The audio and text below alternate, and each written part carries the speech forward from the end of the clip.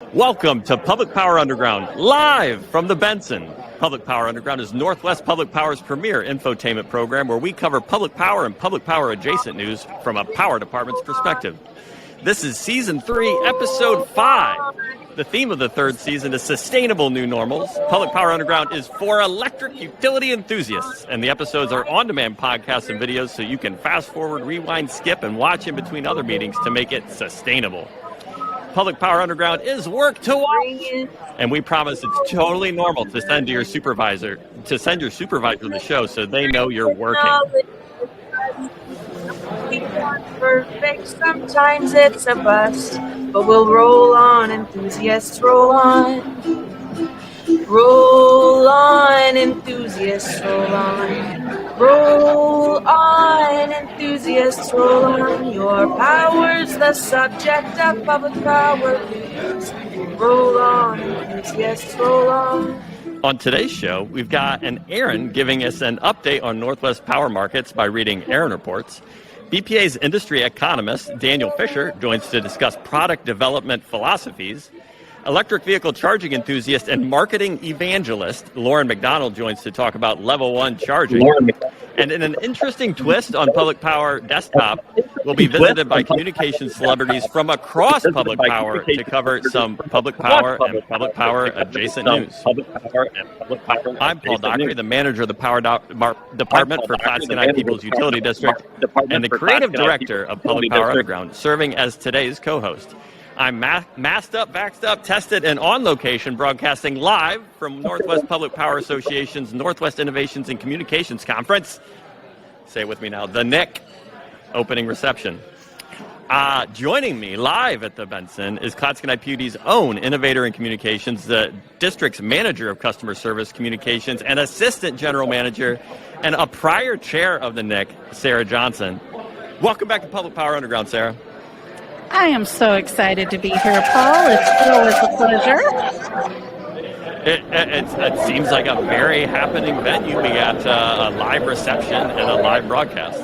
Oh, the NIC is always an exciting place to be, and how wonderful it is that we can bring Public Power Underground here live with all of our communications friends. Yeah, I'm pretty excited. I listened to a podcast on the way here, and I was laughing at that podcast. We probably aren't going to reach the level of like a really high comedy podcast, but we should make it somewhere, right, Karen? We got something here.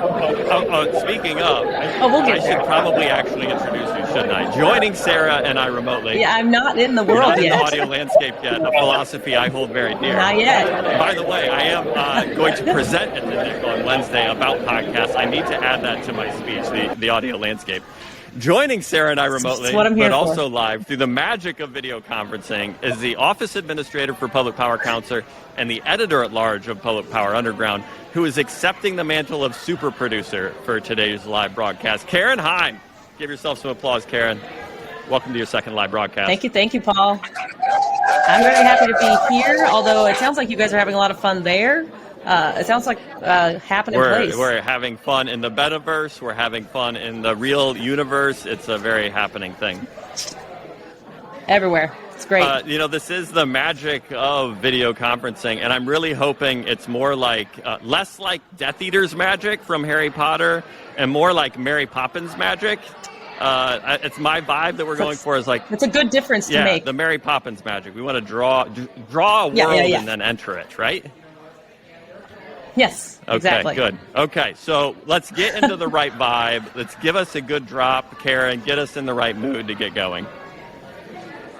All right, here we go. Ain't gonna mean Bo Jackson Dilly squat unless you can tell how hard we worked on things. You know what I mean? It ain't the execution, that ain't the gift, it's the effort. It's the effort. The effort. It's the effort. Sarah, you got some effort for us? You ready for this? I've got a lot of effort. We ready for... Thank you. Go for it. So tell us a little bit about the NIC conference. This is my first year attending a NIC because you, our communications specialist, usually represent Clatskanie PUD. What's going on? What's going on at this year's NIC? The NIC is the premier communications conference. This is the one to come to. If you can only go to one conference and you're in communications, marketing, energy efficiency, or you just want to learn how to communicate with people better, this is a conference you need to be at. Because we not only talk about how to talk to our external customers, but you need to know how to talk to your internal customers and all of your colleagues. So this one is the conference to come to. We go to different locations. We have industry speakers that on just a bevy of different subjects. We have also inspirational speakers that just make you want to get back to your utility and change the world.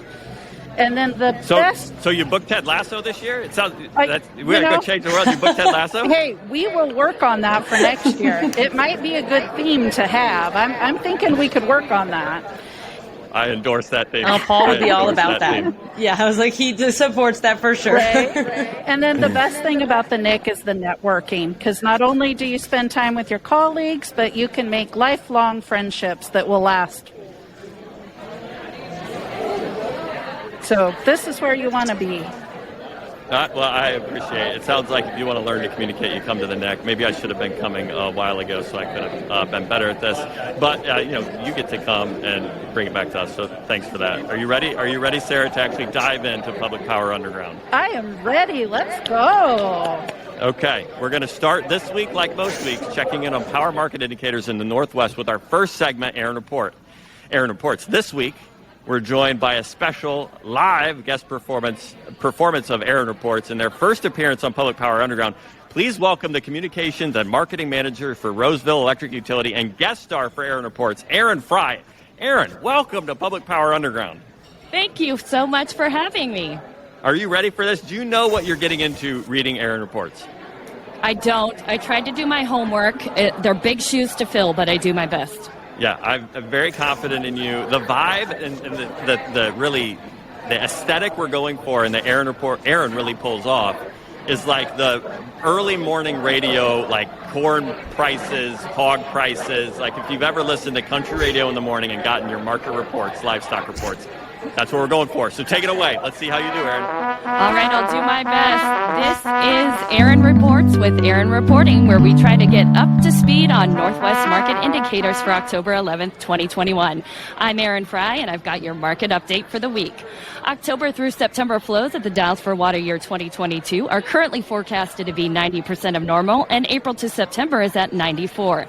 Outflow at the Dalles peaked over the past week at 140.7 KCFS on October 8th at 2100 hours. Day-ending elevation at Grand Coulee yesterday, October 10th, was 1,284, and peak outflow this past week happened October 8th at 8 a.m. when it reached 135.9 KCFS. Spot market power in the Northwest for delivery October 11th is at $62, with gas at $6.02 per MMBTU, translating to a spark spread of $19.87 and a heat rate of 10,300. In term markets, balance of month for Mid-C is now at $70.05 per megawatt hour. Mid-C power for December 2021 is at $93.90, down from $104.65 last Monday. December gas at Sumas is trading at $7.65, translating to a heat rate of 12,275.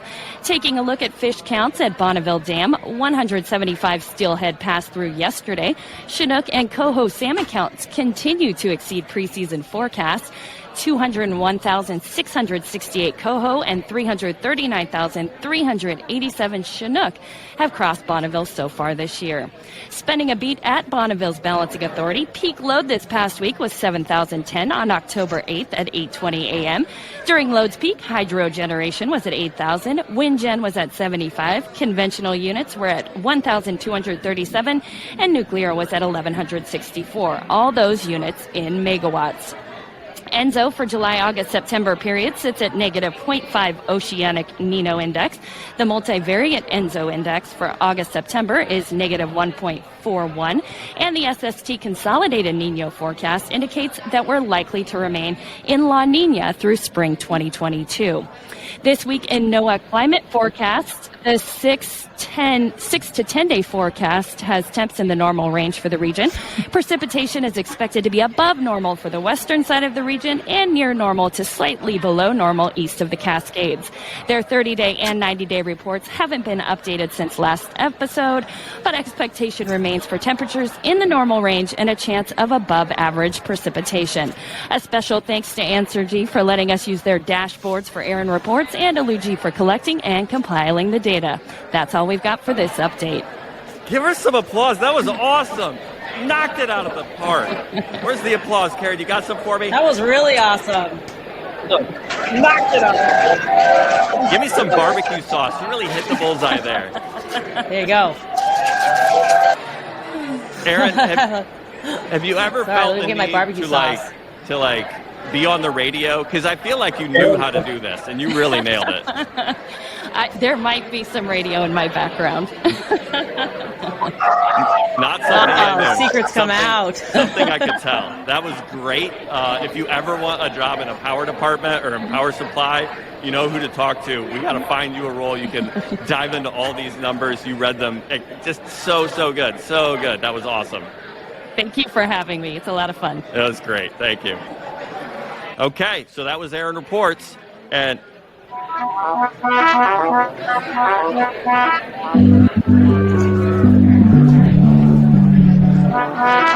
next up is our walkthrough of public power and public power adjacent news in a segment we like to call Public Power Desktop. I'm going to read the first news summary while Sarah gets our next guest situated. Are we ready? Give me some typewriter, Karen. Give me some typewriter. Oh. You got that typewriter? Oh, it's nice. Several electric service providers in the West are in the early stages of exploring the potential for a staged approach to new market services, including day-ahead energy sales, transportation system expansion, and other power supply and grid solutions. Even though the collaboration is informal, the membership has a name, the Western Markets Exploratory Group, or WMEG. WMEG, something like that. The entities currently in the group are Xcel Energy Colorado, otherwise known as Piesco, Arizona Public Service, Black Hills Energy, Idaho Power, NV Energy, Pacificor, Platte River Power Authority, Portland General Electric, Puget Sound Energy, Salt River Project, Seattle City Light, and Tucson Electric Power. Many of the entities are currently participating in or preparing to join CAISO's Western Energy Imbalance Market. All the press releases note that WMEGs, we'll go with WMEGs. I like WMEGs. What do you think? You like that, Karen? WMEGs. I like WMEGs. that. I hope every person who says it has the same emphasis that you did. That's part of this medium is we get to influence how people pronounce stuff like WMEGs. Discussions will... Did you ever think you'd be an influencer? No, I did not at all. 0% chance of that. Will not impact participation in or evaluation of those markets in the short term since they're focused on long-term market solutions. We found the news thanks to friend of the Underground, Matthew Shrepnick, who shared Pacificor's news release. Thanks, Matt. You can also find coverage on Clearing Up by Steve Ernst. Please, all the links will be in the show notes. Sarah, who do we have joining us? Joining the Underground live at the Benson is a communications specialist at Clearwater Power Company out of Lewiston, Idaho. And the immediate past NIC chair, Jeff Marshall. Jeff, welcome to Public Power Underground. Welcome. Thank you for having me. Yeah, Jeff, do you have... Oh. I love it. We got some applause coming from all over. Yeah. It's just all around us. Everybody's watching us and applauding. It's so good. Such good. Thanks, very Karen. authentic. So, Jeff, do you know what you're getting into? And have you ever wanted to be part of a power department? You know, I rarely know what I'm getting into until I'm done. Then I can look back and I am part of a power department. I think. I love where your head's at, and I love that your communication people is in the power department. There is no communication people that report to me at Class Connect Community. That is a job for Sarah. Yes. Okay, you got some news for us? Let's see how you're doing. What's the news? I do. Well, I thought this was interesting. Dan Catchpole reported on Seattle City Light and Power's Renewable Hydrogen Research Project in a recent edition of Clearing Up. The goal of this project is to learn more about the siting and design for a scalable hydrogen fueling station. The study, which has a $1.5 million budget, received $1.35 million grant from the H2 at Scale. This is an initiative by the Department of Energy intended to help advance affordable hydrogen production and emission-free power. The production of hydrogen takes a lot of energy. However, SCL believes that it is an important start to studying the potential now so it can successfully replace fossil fuels and help decarbonize many industries like freight trucking and the maritime industry. If you want to learn more about that project, you can visit Clearing Up's website, where you will find the article titled SCL Port of Seattle Launch Renewable Hydrogen Research Project. I just want to say thanks to Luigi Jolene for summarizing that article. Thanks to Dan Catchpole, great, well-reported article. I feel like you have thoughts on this, Jeff. What do you think about hydrogen at scale? H2 at scale. I think the scale is the key, because hydrogen-powered vehicles have just not taken off. I want to say that the traditional electric vehicles, lithium-ion powered vehicles, have outsold hydrogen fuel cell vehicles by, I think, 1,000 to 1. It's not looking good for hydrogen fuel cell vehicles as we think of a family car. And the big problem with that is that it's hard to get fuel. There's no hydrogen station. You can't get it at home. You can't get it at the grocery store. So it's just really hard to see any market transformation there. However, there's a whole different crowd of vehicles that have very designated routes, like shipping container vessels, trucks, rail cars, places that you know exactly where you're going to start, exactly where you're going to finish, and exactly how long you're going to operate in between. So for that market, it actually makes a lot of sense to go with hydrogen, because you can plan for it. Like they said, this is about siting and design. This isn't about getting people to drive hydrogen vehicles. It's about siting and designing the infrastructure for that. Like ferry routes in the Puget Sound, right? This seems like a really good project for our friends at Seattle City Light to engage in, because it just goes back and forth. Well done, Karen. We have any TikToks? We have any TikTok soundboards? I don't think we have any TikToks. I don't think we do. No. Yeah, I think it's a really fun project. I'm really glad they're going out and getting grants. Sarah, you do some of that for Plastic Night Beauty. It can be a very laborious process, and then you want to win the grants. Any thoughts on what it takes to win a grant like this? It would take a lot. You're going to have a real individual plan that just stands out to make it special. And I agree with Jeff and both Paul that it's not really feasible for residential, but there's a lot of potential in the markets for long haul, and the ferries, I think, is an excellent idea. It seems like it's just a great concept, and really hope that they can get a project off the ground. So great. All right. Well, thank you, Jeff, for stopping by. You're now an honorary friend of the Underground. Smash those subscribe buttons on all the various platforms and keep listening. Smash those buttons. Yes. All of them. I assume you know how to go on a podcast app and find Public Power Underground, right, Jeff? I'll tell you, podcast apps actually did take a little learning curve for me. I finally got there, but I was about 7 or 8 years late. Okay, well, as long as you're there now, you can find us and hit that. And then give us 5 stars and just write a nice little comment. You know what? Be like, hey, Sarah was a great guest host. You should have her back on more. It's a great comment. I fully endorse it. Nice, Maybe I'll do that afterwards. Yeah, it's great. Okay, Erin, give us some typewriter. Let's make it on to the next one. Thank you, Jeff, for coming. Thank you. The Northwest Power Pool announced on October 4th that it has achieved buy-in from enough participants to move its development of the Western Resource Adequacy Program into a non-binding implementation phase. The non-binding phase of implementation will be supported by SPP, who's been hired as the program operator. The scope of SPC's services as a program operator will include performing forward-showing functions, modeling and system analytics, real-time operational program development, continual technical improvement, and IT systems work. According to the news release, there are 20 participants committed to the program's next phase, representing 57,300 megawatts of load spanning 9 states and 1 Canadian province. For more, you can follow the Western Resource Adequacy Program, otherwise known as the WRAP, as friend of the Underground, Jumaira very well articulated last time. on Northwest did. Power Pool's website, or read Dan Catchpole's outstanding reporting on the Clearing Up's website. Again, links in the show notes. And to talk more about product design philosophies and how evolving markets might impact the next Bonneville product is the wonderful, talented, and engaging industry economist. I found that title on his LinkedIn. It is a great title, industry economist in Power Services Rate Design and Implementation Group for Bonneville, Daniel Fisher. Hey, Daniel, welcome to Public Power Underground. Hi, Paul. Great to be here. Thanks for having me. I have a little bit of a suspicion that you don't know what you're getting into, like just a little bit. I think you're right. So let's plan on that and be nice to me. Okay. I will 100%. Nothing but respect over here from you and your colleagues at Bonneville. I love the work y'all do. Very excited to talk to you about product design. Got to warn you a little bit though. Crystal Ball came on and she talked about fish. I know nothing about fish. Don't really have, I'm just here learning. Unfortunately, when it comes to product designs for power supply agreements, especially, I have thoughts. So you don't get all of the great ignorance on the other side that Crystal Ball. You just have, it's still ignorance, but less ignorance.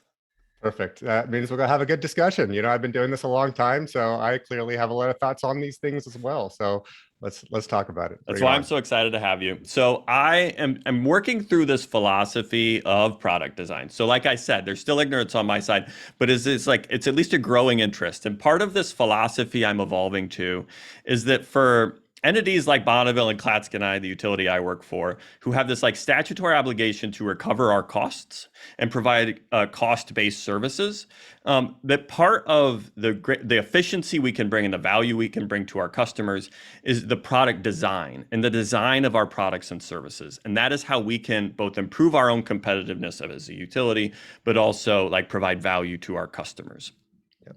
And through this evolution, since I last talked to Roger Gray on here, is this concept that I build in, which is also the providing the right product symbols and pricing symbols so that the constraints align is also an area that can make this a more efficient product to be developed and the services to be developed. So making sure the physics of the system are reflected, to make sure the constraints of the system for a utility like ours, to make sure our cost pressures are reflected in our rates, can make it more efficient for both us and our customers. So that's it. That's the kind of philosophy I have. You also have a lot of thoughts on these types of things.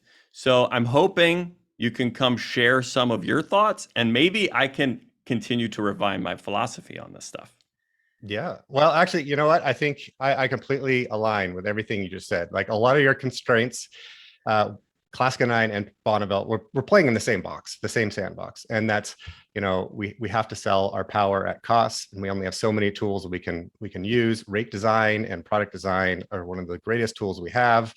We're going to be subject to costs outside of our control. So it's really important, just from an equity standpoint, from an efficiency standpoint, from a lot of different aspects. Just as an economist, it makes sense to tap where you can and connect your product design and your rate design to where cost pressures are, so you can at least have efficient behaviors.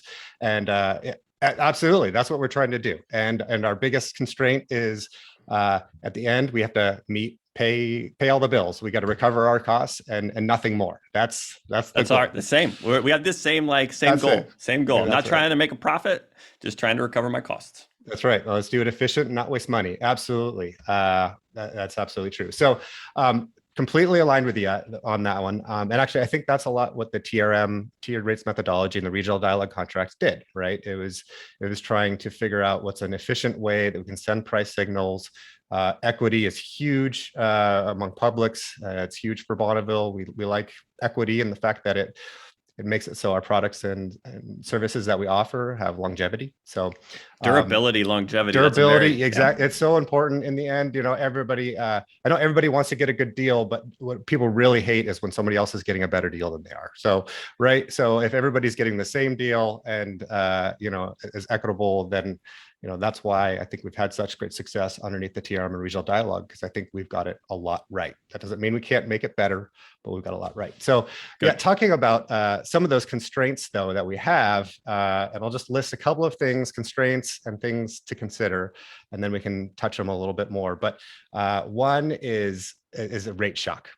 rate shock is something that we've got to think about. And it's in the end, it's important to understand that no matter what we come up with for the post-2028 contracts, it is going to be measured and tempered by what people are paying today, the current rate design.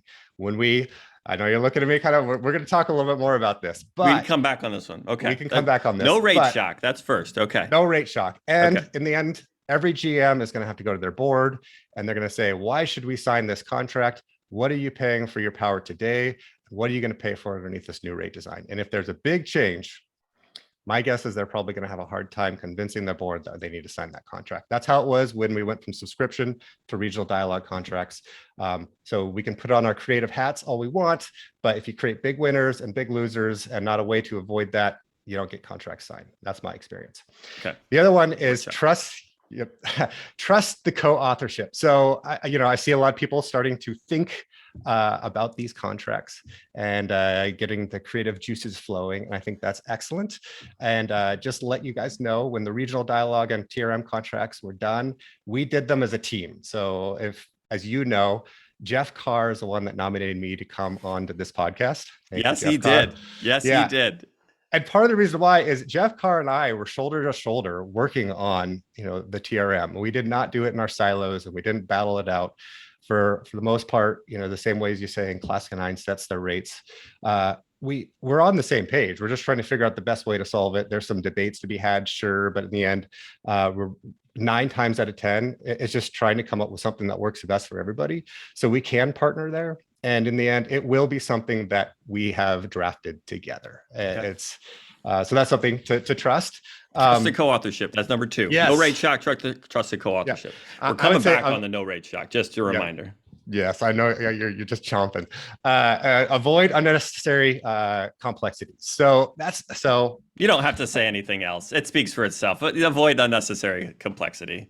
Okay. It does, but so Bonbright is famous for coming up with rate making principles, and he says simplicity. I got a copy. It's there. Oh, yeah. Those are hard to come by. Keep it. It's hard to get them in paper print anymore. But so simplicity is very important. I find when we often create things at Bonneville with our customers, simplicity might never get a spot at the table. So, and this is something that Mike Dean said, and I laughed because I thought it was funny, but and there's a bit of truth to it, but it says, we like simplicity, but we like equity more. Oh. And I laughed. Yeah, I think that's funny. I think there is a give and take.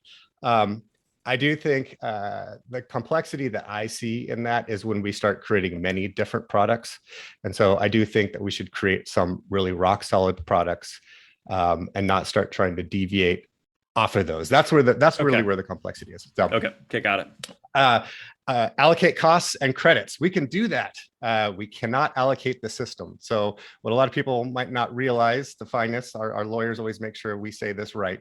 We tiered our rates. We did not tier this system. And if you have rate design solutions, you can do way more. And if you're just allocating costs and credits, you can do way more than you can if you're actually allocating the system. If you're allocating the system, we run into all sorts of other problems. That doesn't mean. Go ahead. No, I think this number 4 is something I need to internalize, because I do bust my head, and I feel like I'm going to give myself brain damage if I keep beating my head against like this single system mix idea, which I just can't. I don't understand it. And maybe the answer is I just got to quit beating my head against the wall on that topic and just think in terms of allocate the costs and credits, not the system. Yeah. I think that's something I need to internalize. Yeah, and I think just it's figuring out how we can do it, because I think we can actually accomplish quite a bit with rate design. Like the slice product, right? It mimics the system, but it's not an allocation of the system, right? Okay. So anyway, so that's something to think about. If it's dictating operations, if it's changing Bonneville's accounting standards, you're down the wrong path. Bring it back to rate design, and we can do a whole lot there. Okay. The other another one is limit or charge for it. So that's what we did in the TRM. We either limit, normally it comes down to capacity or energy. So in these future contracts, the idea is either limit the amount a utility can take of something, whether that's energy or capacity. And if they can't, make sure you charge your marginal cost for whatever they take in excess of whatever they need, whatever they need. So something to think about. And then the last part is something that I want people to really understand. It's so important, which is limited off ramps and longer contracts are actually just as much as a protection as it is a constraint. So it's something to think about. You're protecting. Unpack it a little bit. Unpack that one a little bit. Okay. So when you have off ramps, the biggest one is we have 7,000 average megawatts of system, right? The likelihood that everybody's going to be able to leave Bonneville, I would say, is slim to none, right? So when you have the ability for some of the utilities to leave Bonneville through an off ramp or through short contracts and they just don't renew the contracts, what you end up doing is you end up leaving potentially a risk is that you leave a smaller subset of people with the same system to cover, less people paying for the same size system. And so in the end, it becomes a race to see who could get out the door first. If something bad were to happen financially, people want to leave, or someone gets a great deal, sweet deal from PowerX or some other provider, it becomes a race to see who gets out the door. But I know almost with certainty, not everybody's going to be able to leave, right? So that just means there's less people paying Bonneville's costs, which is just, it's not good. It's public power is better together. And so in the end, I strongly believe that longer term contracts and limited reasons to leave Bonneville or be able to get out of the contract early actually protects our customers as much as it constrains them. Okay, I think we're going to have to talk about more on that, because I'm kind of seeing your frame of reference, but I'm not sure. I guess it comes back to durability and the durability of the agreements and making sure that you can account for different market conditions. Because right now, if you told me like there's going to be a runaway from Bonneville, like it's a little bit of a question of like, where are you going to go to? And aren't there going to be parties to come backfill? Because it seems like, given the fundamentals of the system, it's a massive, beautiful storage facility with very limited carbon emissions. The majority of it, the entire base system, is carbon free. That there's a lot of people that would come pay more in all likelihood than it cost. So the people that were left would probably just have above market or above cost sales to offset it. But certainly there is the durability, and we got planned for other stuff. Go ahead.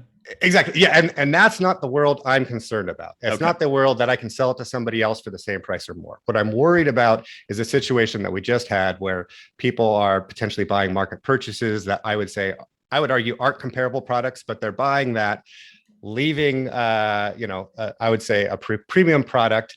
And then we can't sell the premium product for a premium price because it's in the short-term market. Bonneville's going to do best when we can sell things for longer-term horizon. No rate shock. Okay. So I have this thought. I have this concern. I don't know. But it's a philosophy that we don't have preference to a product. We have preference to Bonneville Power.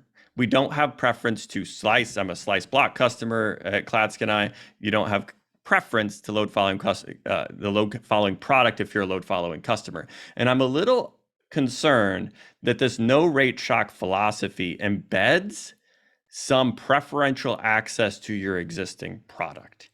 That, for instance, if there is a lot of Slice customers that are interested in moving to load following, but that would cause rate shock for some reason, hypothesizing once again, not the base case, but in a possible world, on load following customers, that in some ways it would limit that option. And my philosophy is we don't have preference to a product, we have preference to Bonneville, federal power.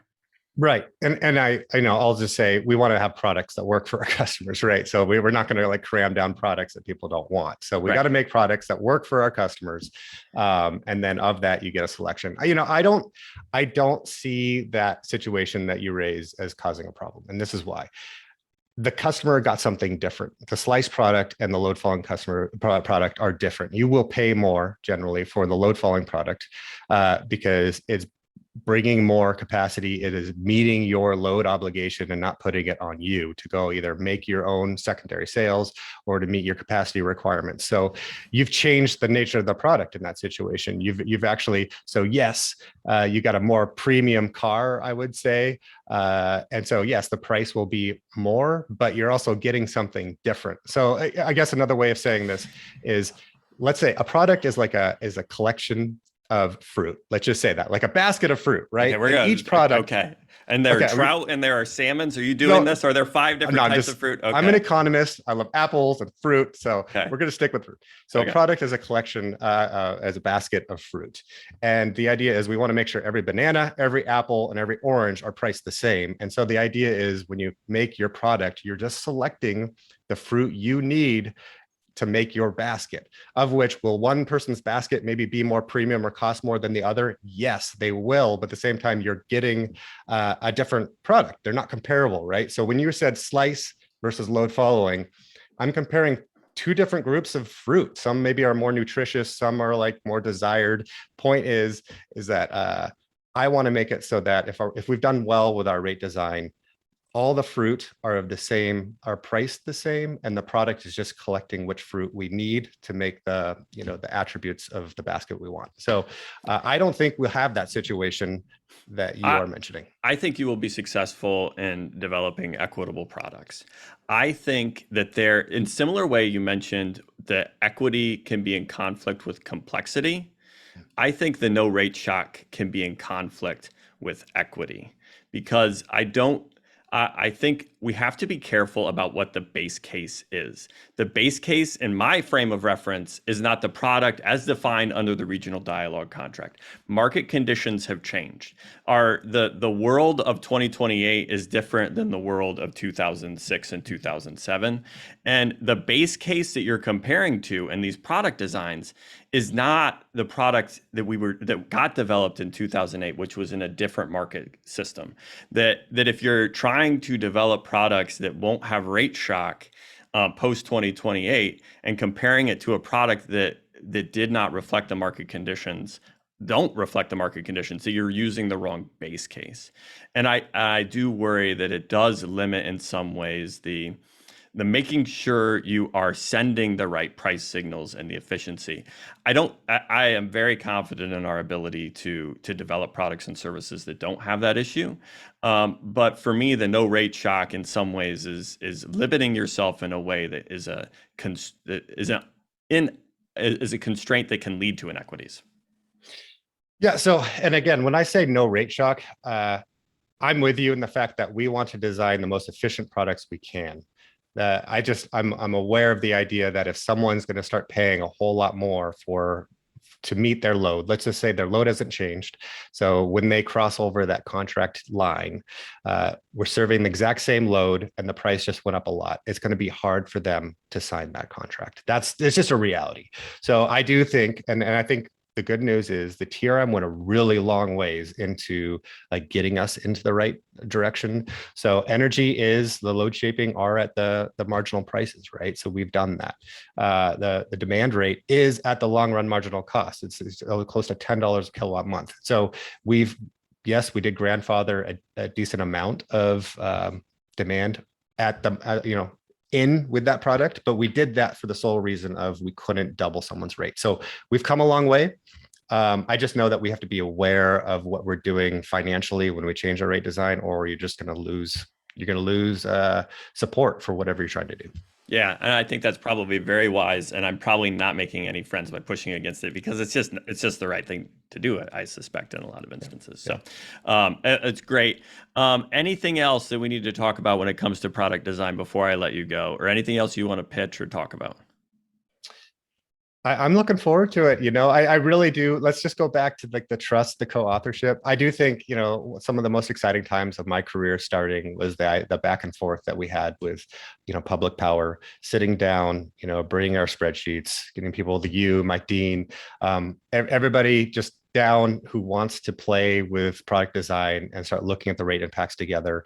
We are trying to solve the same problem. And I do think that provided we're covering our costs and it's legally sustainable, Bonneville is right there with you, and will probably support anything that we all come together with. So anyway, let's do that. No reason to be adversarial at this point. Let's have some fun. Let's create a great rate design, create products, and let's do this. Let's do this. Let's be successful together. Yeah, let's do it together. That's great. Okay. Thank you for coming on, and thank you for being a friend of the underground. We're going to have you back. Hopefully, I hope. I don't know. We'll see what Joel Scruggs thinks after this one. Really appreciate it. And please, are you willing to come back? Absolutely. Yeah, absolutely. Well, yeah, I have to ask my people. And maybe Joel's like, never again. No, we're going to keep you in the building. You're too big of a star. He can't keep your star contained. You're too big of a star. We'll too see. good. Way too good. Oh, that was me rolling my eyes. Nice. All right. Thank you, Paul. Thank you so much. Yeah. Now back to the underground for news.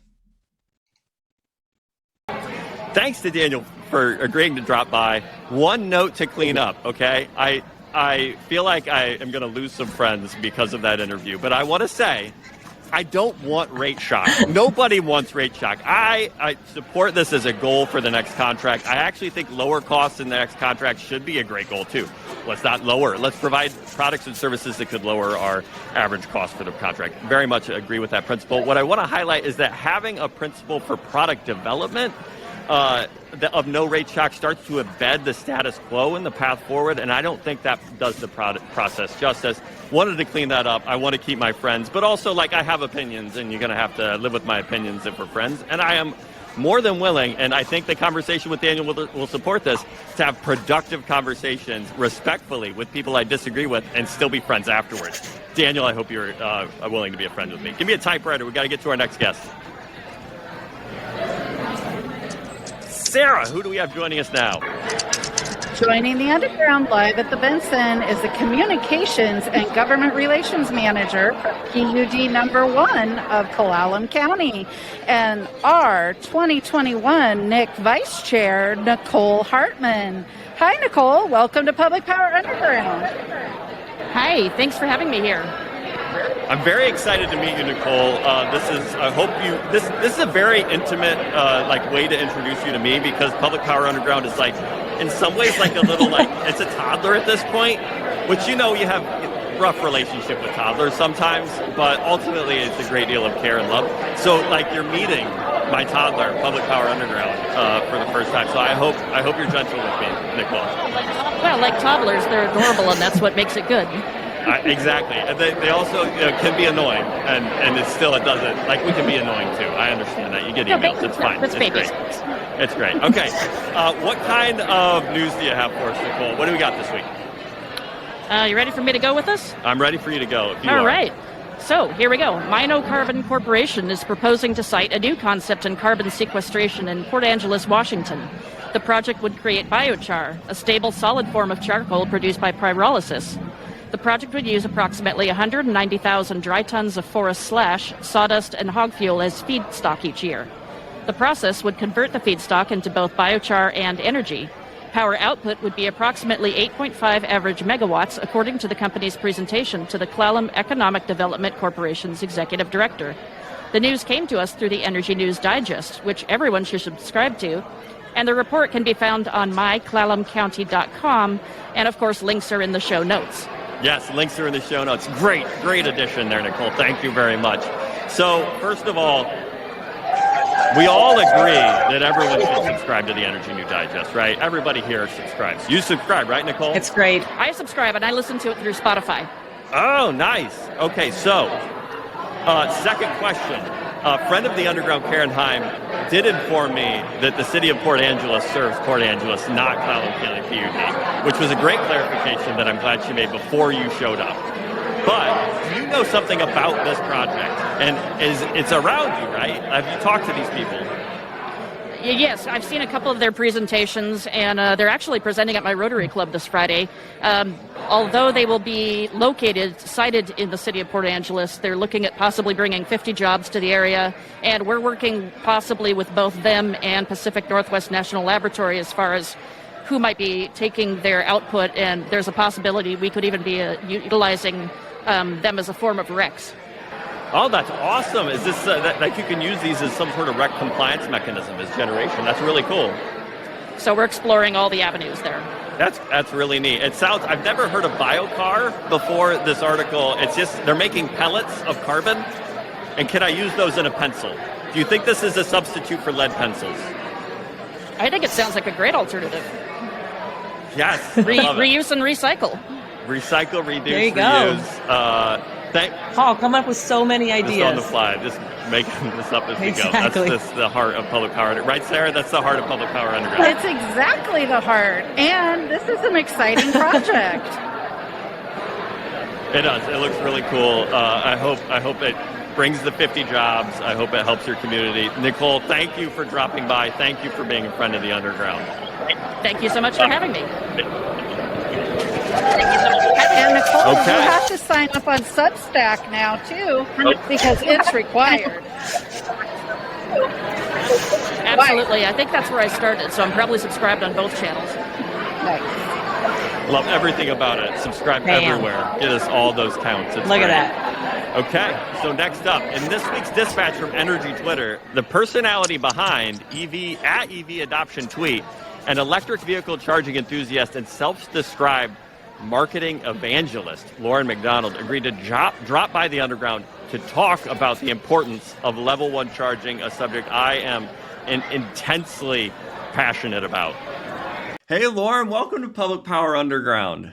Hey, thanks for having me, Paul. Really excited to talk about your and my favorite topic, level 1 charging. Yes, it is so exciting to have another level 1 charging enthusiast on the show. I've been following you on Twitter, looking at your blog, looking at your website. Super excited to talk about level 1 charging. Yeah, we know there's at least 2 of us, right? Actually, you and I both know there's a lot of us out there. We just, level 1 is just not getting the love that it needs, which is why I wrote that article that I think, probably partially how you discovered me. Yeah. So I am talking to my peers at other electric utilities, trying to get them to think about level 1 charging. I am an engineer and a philosophy major who's now a power manager. You are a marketing enthusiast and in some ways, a self-described marketing evangelist. So I'm hoping you can help bring some insights and some marketing so we can convince my peers at other utilities. What do you got for us? What do you got for level 1 charging? Yeah, so I've got basically 5 sort of uber points that I'll walk through. The first is just sort of level setting of helping people understand that charging an EV is different from refueling a gas car. And I call it, I'm working on this term, Paul, but I'm calling it either distributed refueling or distributed charging. The idea that, with a gas car, you go to a gas station, right, when you're down to, depending on your personality, a quarter of a tank to on fumes at empty. And so basically you drive your car down to it's at or near empty. You go to a centralized gas station and fill it up to the top. Electric vehicles, and it takes you and I both know this, that it takes a while for electric vehicle owners to understand this, that the way you refuel an electric vehicle is through a decentralized approach where basically wherever the car sits. So I have this tagline that I use, that EV parking equals EV charging, so that wherever a car sits, you plug it in and charge it. And so, most of that, as we know, is at home, but it's this idea of distributed wherever you're going, the shopping mall, movie, workplace, at home, at a resort, a winery, like it doesn't matter, like you plug in. And so that's sort of this first idea, is that EV charging is just different. You do it wherever it sits. Yeah, go ahead. Yeah. So I'm trying to work through my mental model of is this going to be like my phone? Like I charge my phone every night. And some of that was because in early cell phones, they were terrible and you had to charge them every few hours. And in other ways, it's part of a routine.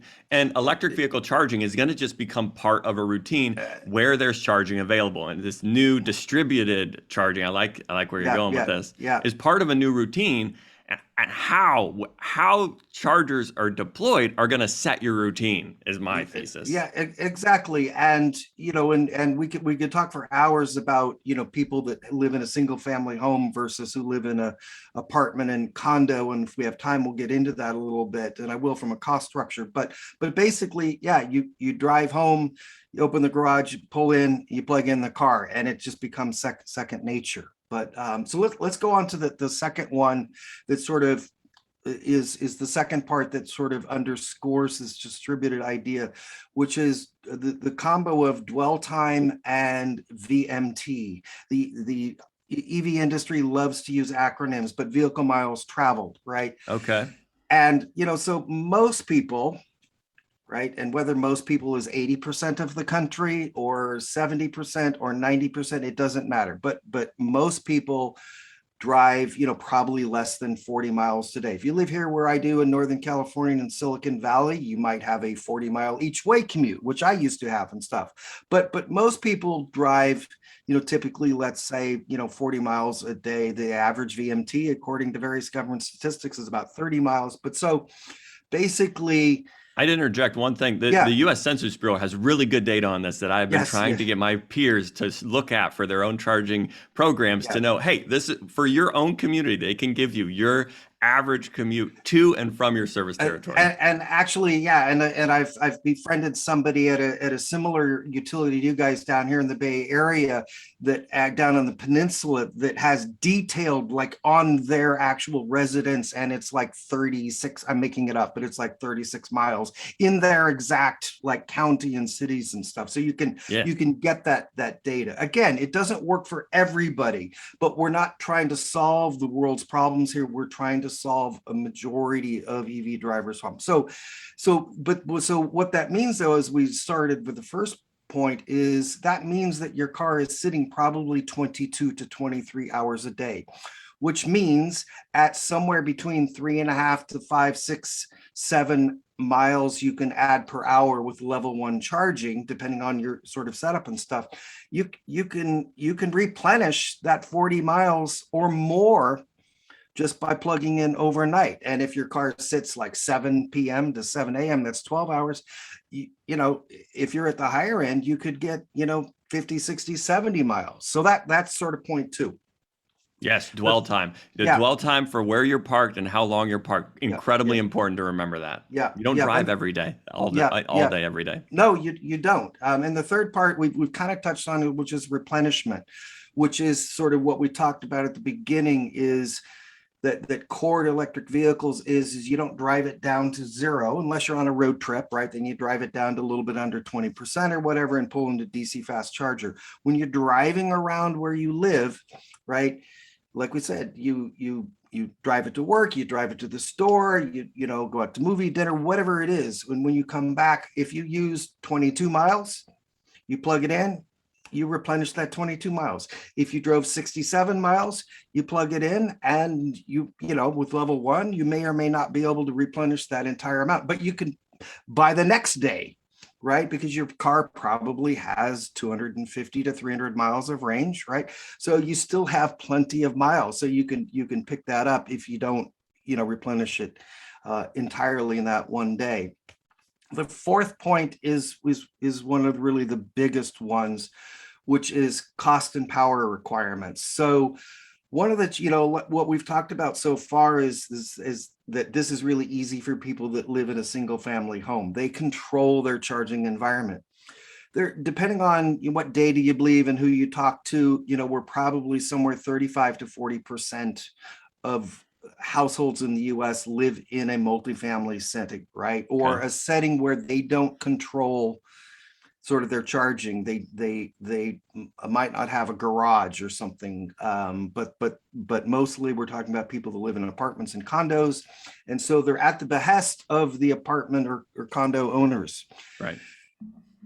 What people don't understand is EV charging deployment is very expensive. So even level 2 can be very, very expensive. It can add up to hundreds of thousands of dollars if you install multiple level 2 chargers. And the problem is, particularly in the multifamily space, is the majority of the apartments in this country are older. They were built in the 50s, the 60s, the 70s, the 80s, and they do not have the power infrastructure and the panels to support multiple 240 level 2 chargers, right? So it costs, you have to go to your utility often, have them pull additional power to your building. You have to hire an electrician to upgrade the panels and add more conduit in the wiring. And there's still some of that you have to do with level 1. You've got to pull the conduit for the outlets and things like that. But typically the math works out to, at an apartment complex, you can install 3 times as many level 1 for half the cost, right? And so if you're an apartment owner and you're looking at, do I fix the cracks in the sidewalk or install new carpet? or add some level 2 chargers, right? For the tenants that I don't even know if they're going to use it, and I have to manage it and stuff. So, level 1 just becomes sort of a more cost-effective solution for them. And I want to highlight one other thing, because you are talking about the installation costs. But from the utility perspective, there's also the demand risk, which is, one of the concerns amongst, utilities that get a lot of EV adoption is the demand risk that could, add to your peaks. And you can get like 6 times the amount of level 1 outlets for the same demand as a level 2. It's like 1.4 kilowatts for a level 1. It's like 7 to 8 for a level 2. So you can install 6 of these and get 6 EVs charging, distribute that energy more efficiently across your entire usage pattern, and it's better for peaks. And then also it's a lower cost for the end user. Which is why this is one of the topics that I try to hammer home with my utility friends, that this is a way to mitigate risk at low cost. Yeah. And just again, we're talking about, people think they have this public right that apartment owners should just automatically install chargers for them. And it's like apartment owners are like, I'm not a gas station. I'm not a refueling station. So if you're asking me to cut a check, like, I'm going to try to be as smart and efficient about it as possible. But and I know we're running short on time. So the last thing is just one of my favorite, which is math. Plug-in hybrids, right? So currently, out of the little over 2 million EVs on the road in America today, 37% of them, nearly 4 out of 10 are plug-in hybrids. Most plug-in hybrids have a range of from 20 to 50 miles. Most of them are now in the sort of the 25 to 35 range. Paul, guess what? Level 1 is perfect for that, right? If you only need to replenish 25 to 40 to 50 miles a day, level 1 is ideal for that, right? Like we've said ad nauseum today, just, plug in and, it's going to be full literally every morning when you wake up, right? Now, just, the one caveat to that is obviously BEVs, full battery electric vehicles, are the clear future.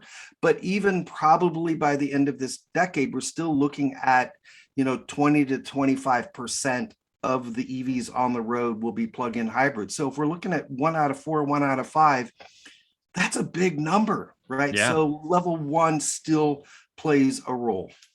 Yeah, absolutely. I am a huge advocate for this for electric utilities. I think electric utilities should think of this as a line extension for a home, and you just get a bunch of energy usage once it's adopted across level 1 outlets. It's way more efficient than a lot of home energy usage.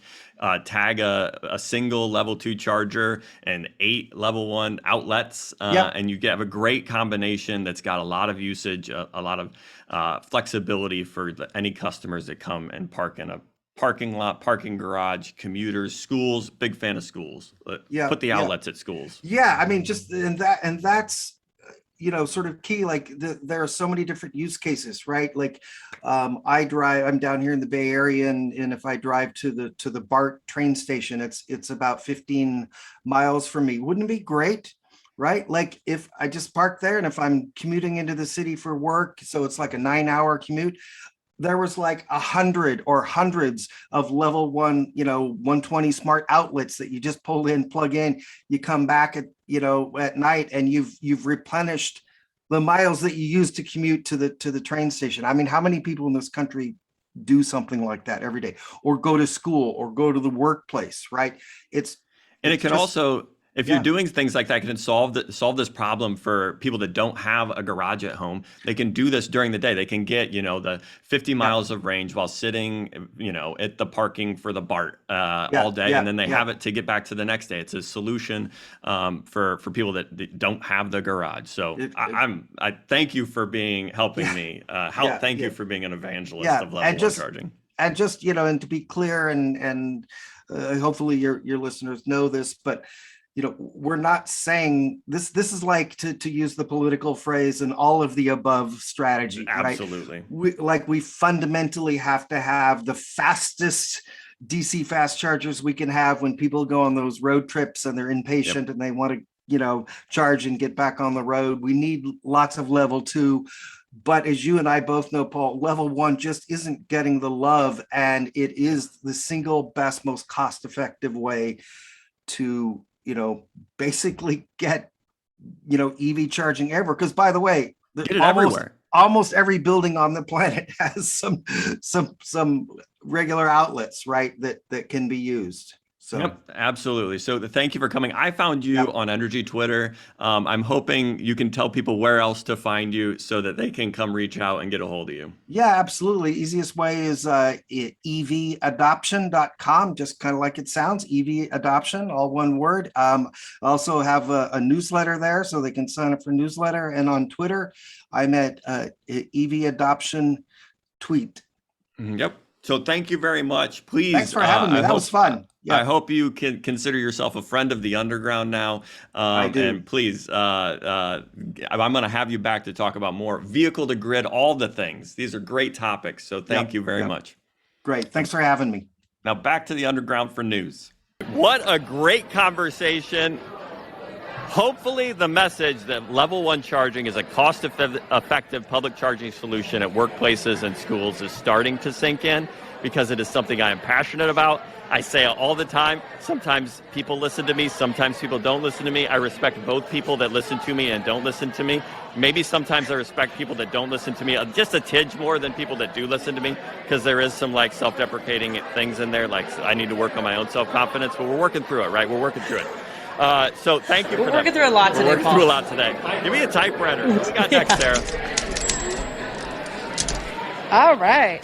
Joining the Underground live at the Benson is the Underground's own special hydropowers carbon-free correspondent, a best friend of the Underground, and executive director of Northwest River Partners, Kurt Miller. Hi, Kurt. Welcome back to Public Power Underground. Kurt, I could not be happier to see you. This is such joy filling in my heart. I really appreciate that. It's so great to get to be with you guys today, and there's all this excitement in the room. And the only thing that was hard is I couldn't recognize anybody because of the mask. But it's been awesome other than that, and I really feel honored to get to be here tonight. That is why we have name tags, Kurt. That's why we have name tags, so you recognize them. And, for those of us that this is our first Nick, it's just nice to have name tags because I wouldn't know anyone anyway, right? I know. It's perfect. Yeah. Okay. Yeah, well, that's great. So are we ready for my lead? I'm ready. You know what to do, Kurt. Take it away. I do know what to do. I'm excited. So, recent headlines in the news that 3 different southern resident orcas are pregnant. All 3 are females, and they're part of, I shouldn't say and, all 3 females are a part of the J-pod family. For those of you keeping track at home, the expectant mother orcas are J19, J36, and J37, as they're affectionately known. No word yet on the proud father or fathers, however. The Washington Department of Fish and Wildlife is reminding boaters to be whale-wise at this delicate time. Boaters should keep at least 300 miles away from whales and reducing their speed to 7 knots when they're 1/2 nautical mile away. Now, I'm not a boater, so I don't know what any of that means, but I'm hoping that people have taken boating safety and that has meaning to them. While many other orca populations around the world have been thriving, the southern residents have struggled to nourish themselves, feeding primarily on a diet of Chinook salmon from the Fraser River and Puget Sound. Many of these salmon populations are listed as threatened and endangered, however. What has been more surprising to me as an orca novice is learning the role that vessel traffic noise plays in the ability of orcas to feed themselves. They use a type of sonar feedback to hunt, so it's a situation where if there are many vessels, like in the Puget Sound, it may be impossible for them to track prey. Even a switch to electric motors, I'm told, may not be helpful because the primary issue is the sound caused by propellers. It's definitely a humbling reminder of the small and large ways we can make a difference in our environment. We found this article through our subscription to NWPPA's own excellent Energy News Digest, published by a super friend of the Underground, Joel Meyer. To learn more, you can read about the article by Helena Wagner at the News Tribune. Outstanding, Kurt. Isn't Joel the best? Joel is the best, and he's here tonight. I can't even believe it. That's such an honor to get to be in his retired presence. He is. We brought him back to the NIC to help us do a couple different sessions at the NIC. That's awesome. Anyway, this is my first NIC. You never forget your first one. And Me too. Me too, Kurt. Where's our first NIC together? I know, that's awesome. I feel it's really fitting to me. And again, I always love coming to the underground. So thank you very much, Sarah and Paul. It's great to be here. Okay, Kurt, I have a special surprise. Yes. The belt is here. Oh, shut up. Oh, shut up. The belt is here. And you are the newest national championship for the best friend of the underground because you keep coming back. Take the belt. Pass the belt, Sarah. Pass the belt. The belt. All right. Yeah, get the belt. All I can say is, as a longtime fan of Portland wrestling, I've always dreamed of having the belt draped across me like this. I am truly honored, and this is going to go down next to my marriage and the birth of my daughter as my one of my 3 happiest memories. Thank you guys so much. It means so much to us. You came up with this idea. At least it was us together making funny jokes that came up with this idea. I'm so glad you get to be an ANADROMOUS champion and join the ANADROMOUS championship circle with the famous Karen Heim, the Jamie Tart of public power. Can you drop a Jamie Tart quote real quick, Karen, just so we all know where we're at in this? Do we have Jamie Tart? Of course we have Jamie Tart. I mean, he's a very healthy person. I know we do. We have so many He's other a very ones. healthy person, and he has a very healthy self-conscious. Coach, I'm me. Why would I want to be anything else? Exactly. Why would you want to be anyone else? So congratulations. Congratulations, Kurt. Thank you so much. Again, truly honored. Thank you very much, Underground. I'm going to be loyal forever. Yes. And please, the only stipulation, I think you need to wear it around the whole conference. I mean, I think this needs to happen. Yes. I think you just like from now until there should be so many pictures of you at this conference with the bell, especially at this happy hour. That's so awesome. Congratulations. That's amazing. So I'm awesome. showing everybody right now. Thank you guys so much. God bless you. God bless you. Thank you.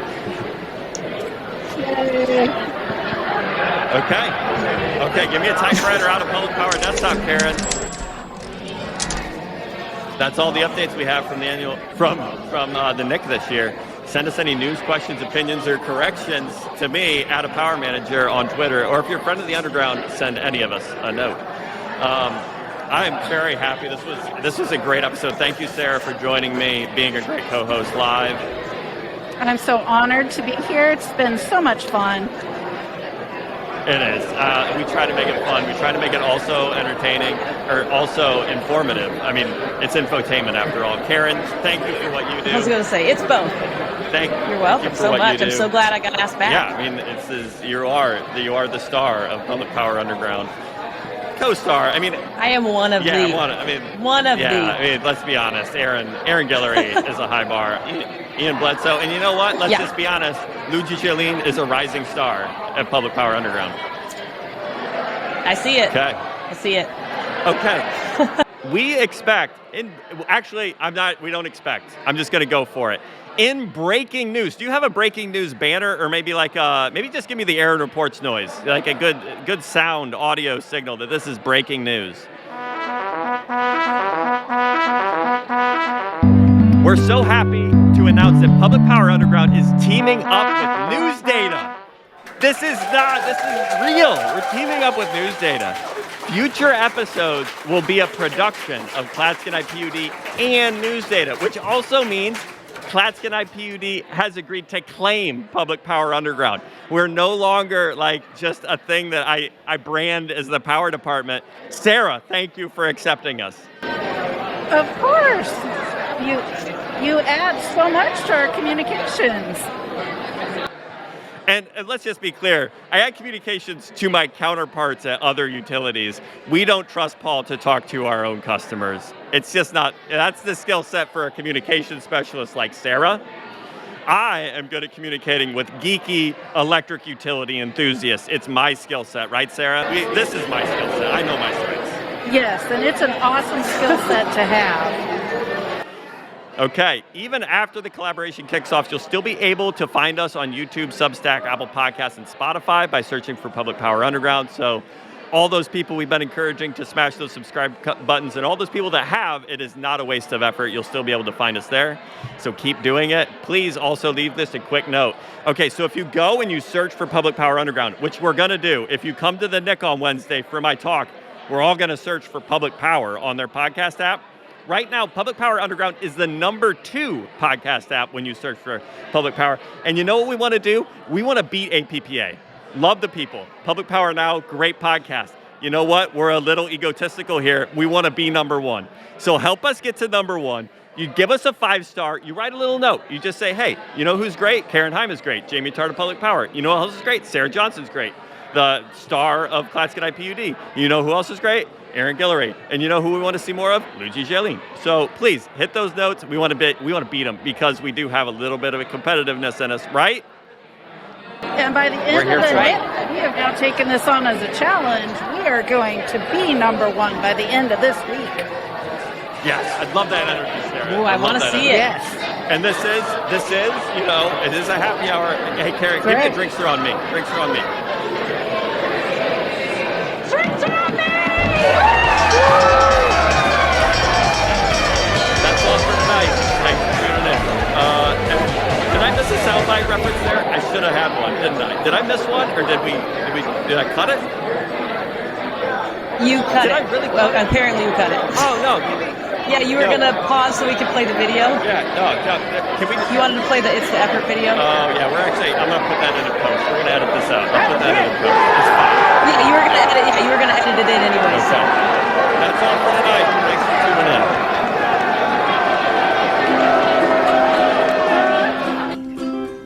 We started in hard times to bring us all into the laughter through thick and through thin, for public power enthusiasts without and within. Roll on, enthusiasts, roll on. Public Power Underground, live from the Benson, is an infotainment about public power and public power adjacent news from a power department's perspective. It's written, edited, and produced by the Power Department and friends of the Power Department. The views expressed here are our own and not the official views of Clallam IPUD, PPC, nor the organizations of our guests appearing on Public Power Underground live from the Benson. No hosts, co-hosts, or guests appearing on Public Power Underground live from the Benson generate any ad revenue from the episodes. Make me, Sarah, Paul, and all our guests feel better about our participation in this week's episode by sending them a note, text, or email with a thumbs up and telling them how much you appreciated it. Do it for us, do it for them, and do it to make other people feel valued and appreciated. Public Power Underground. For electric utility enthusiasts, Public Power Underground. It's work to watch. The subject of public power news. Roll on, enthusiasts, roll on.